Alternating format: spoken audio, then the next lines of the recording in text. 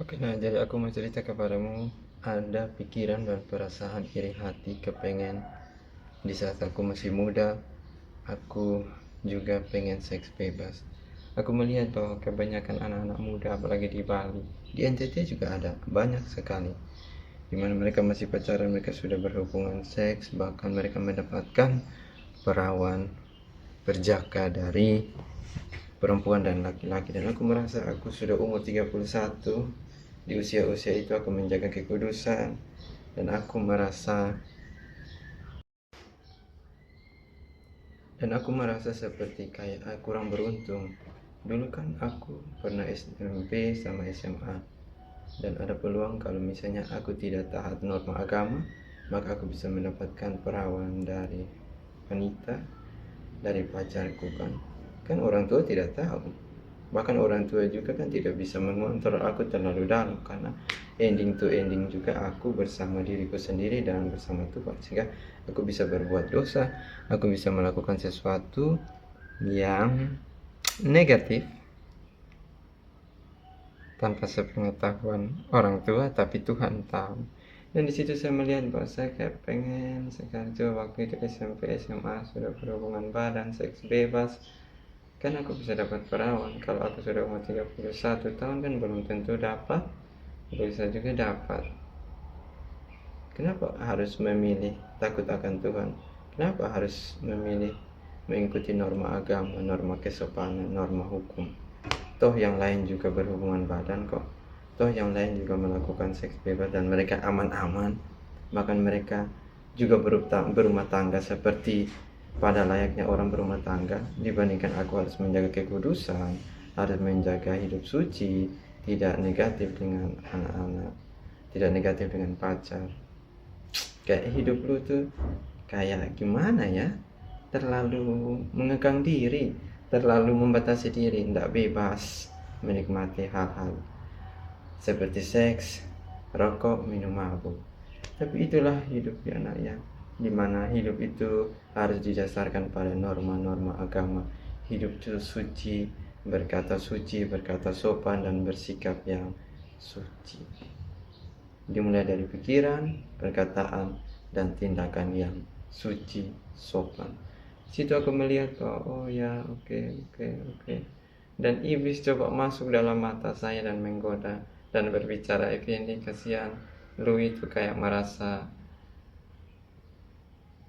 terlalu cool, terlalu bangga dengan percaka, terlalu bangga dengan menjaga kekudusan, sedangkan anak-anak di sana sudah belajar, bahkan sudah suhu, bahkan sudah profesional, bahkan sudah powerful dalam melakukan yang namanya seks bebas.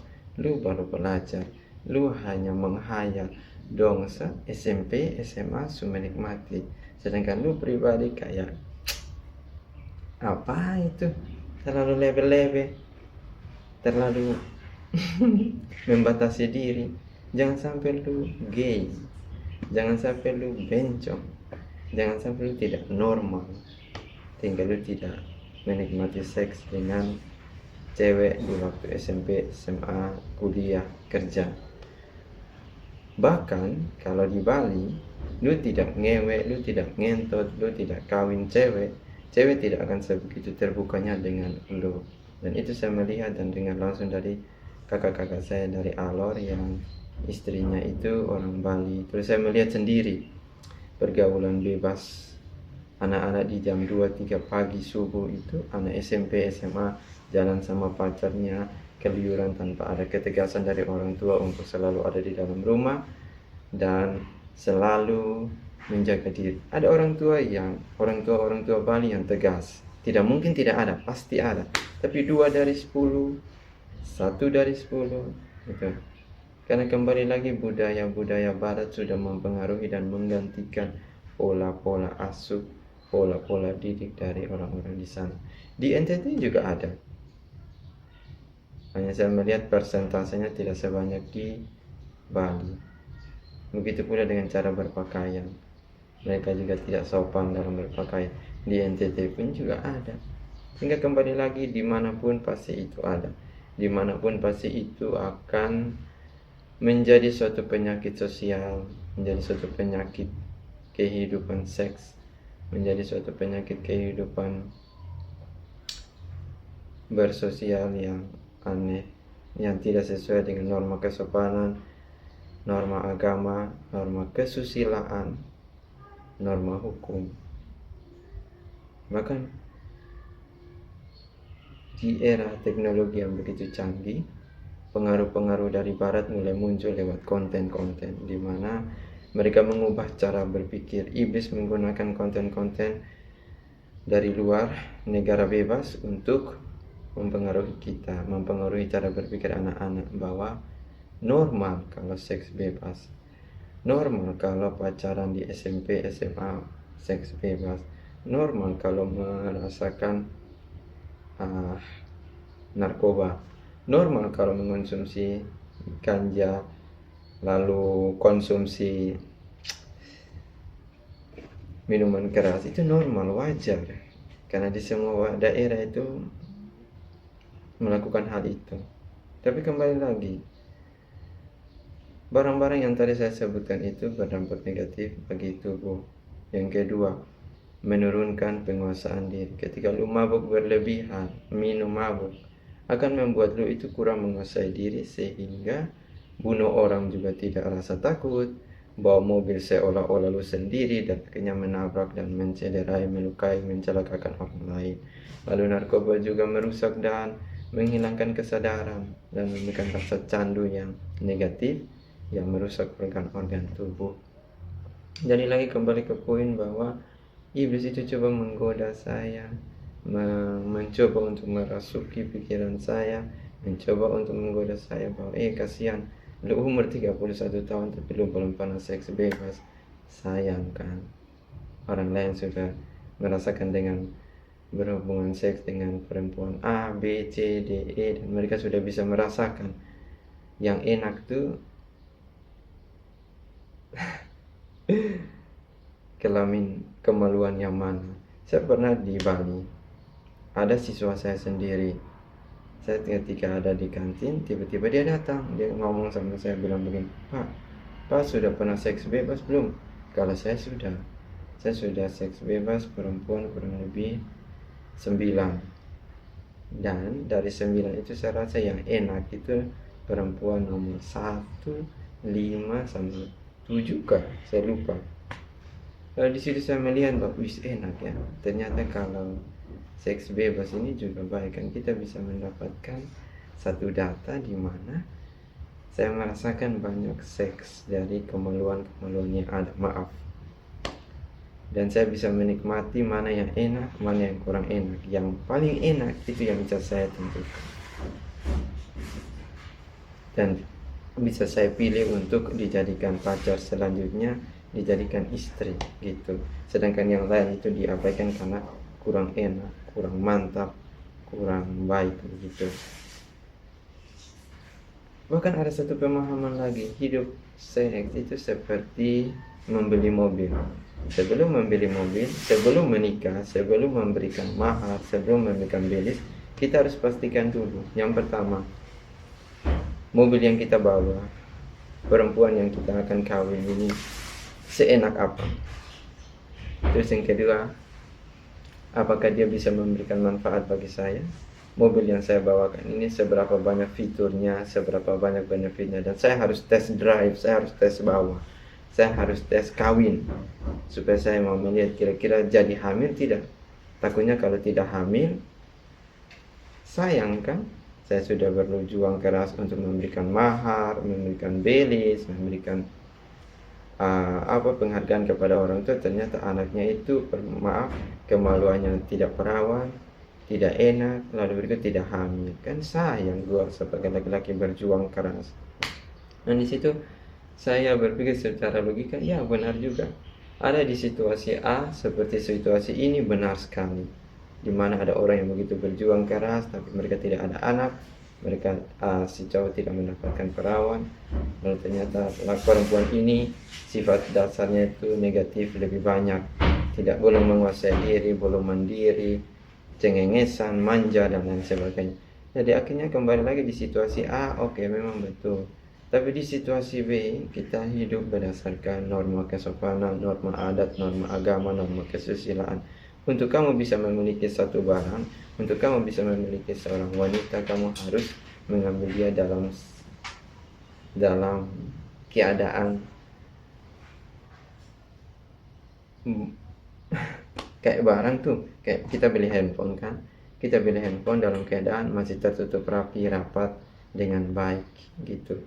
Nanti ketika sudah dibeli baru kita mulai buka plastiknya, kita mulai rasakan bagian sini dan begitu pula dengan menikah. Dimana ketika kita mau memiliki pasangan, kita harus memberikan harga, memberikan uang, memberikan nilai sebagai bentuk tanda tukar lah kasarnya. Tapi kembali lagi dengan begitu kita sebagai pribadi untuk menghargai perjuangan orang tua telah mendidik anak perempuannya sehingga kita bisa memilikinya dengan seutuhnya.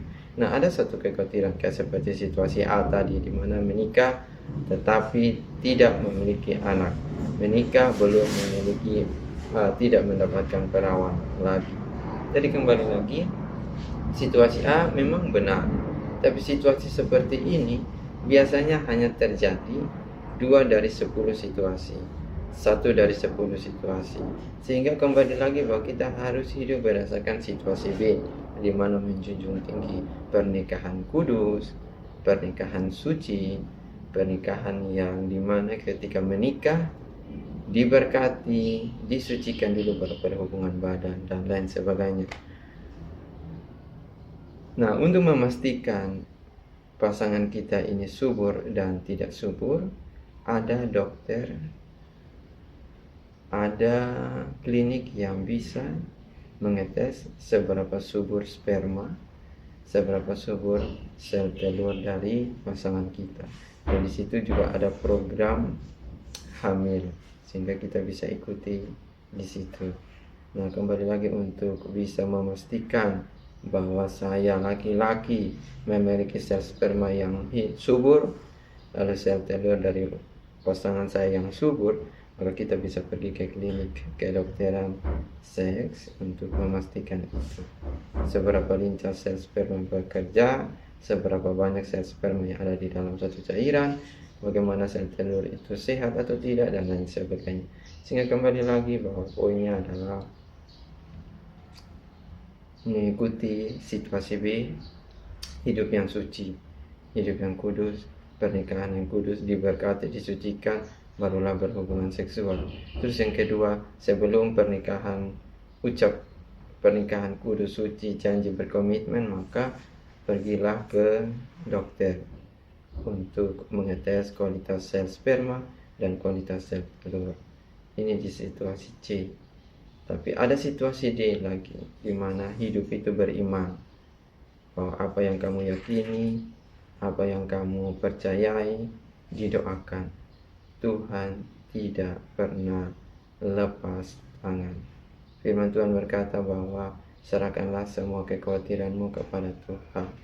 Aku belum menikah, tapi aku juga sebagai pribadi mau mengikuti situasi di mana aku menyerahkan segala kekhawatiranku sebagai seorang laki-laki, di mana khawatir nanti nikah ada anak, tidak ada anak, tapi saya belajar untuk menyerahkan segala kekhawatiranku ini kepada Tuhan, dan biarlah Tuhan juga berajar.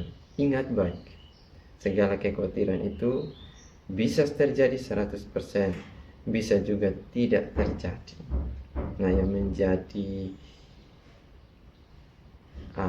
pembuktian adalah waktu dan Tuhan. Tuhan Maha Tahu, Tuhan Maha Mengenal, sehingga serahkanlah semua kekhawatiran itu kepada Tuhan. Ini situasi D. Sekarang kita pindah pada situasi C, di mana pergi untuk periksa ke klinik-klinik seks untuk periksa sel sperma dan sel telur. Dan yang terakhir adalah hidup kudus, pernikahan suci, pernikahan kudus. Berdoa untuk menjalani semuanya itu dalam keadaan yang suci dan yang kudus. Dan janganlah hidup seperti situasi A, di mana sebelum menikah seks bebas dulu supaya hamil dulu, supaya cari tahu kira-kira pasangan saya ini, dia ini bisa menghamili anak saya atau tidak. Terus yang kedua, di situasi A pasangan saya ini masih perawan tidak. Terus yang ketiga, kemaluannya enak tidak, dan sampai tidak seenak yang perempuan-perempuan yang lain. Sehingga saya melihat bahwa hidup seperti situasi C, situasi B, situasi D, dan jangan hidup seperti situasi A, di mana seperti mobil harus tes drive, tes bawa. Kalau tidak enak, maka tidak. Jangan jadikan perempuan seperti itu. Bayangkan kalau perempuan itu, wanita itu adalah anak perempuan kamu sendiri. Maka anak perempuan kamu itu akan dibuang, tidak memiliki harga, dan tidak memiliki nilai. Sehingga kembali lagi bahwa hidup itu harus sesuai dengan situasi B, C, dan D. Kalau kalian lupa situasi B, C, dan D, silakan kembali ke video menit-menit yang sudah berlalu, dan janganlah hidup seperti situasi A. Saya Effendi Iskandar. See you next video. Bye.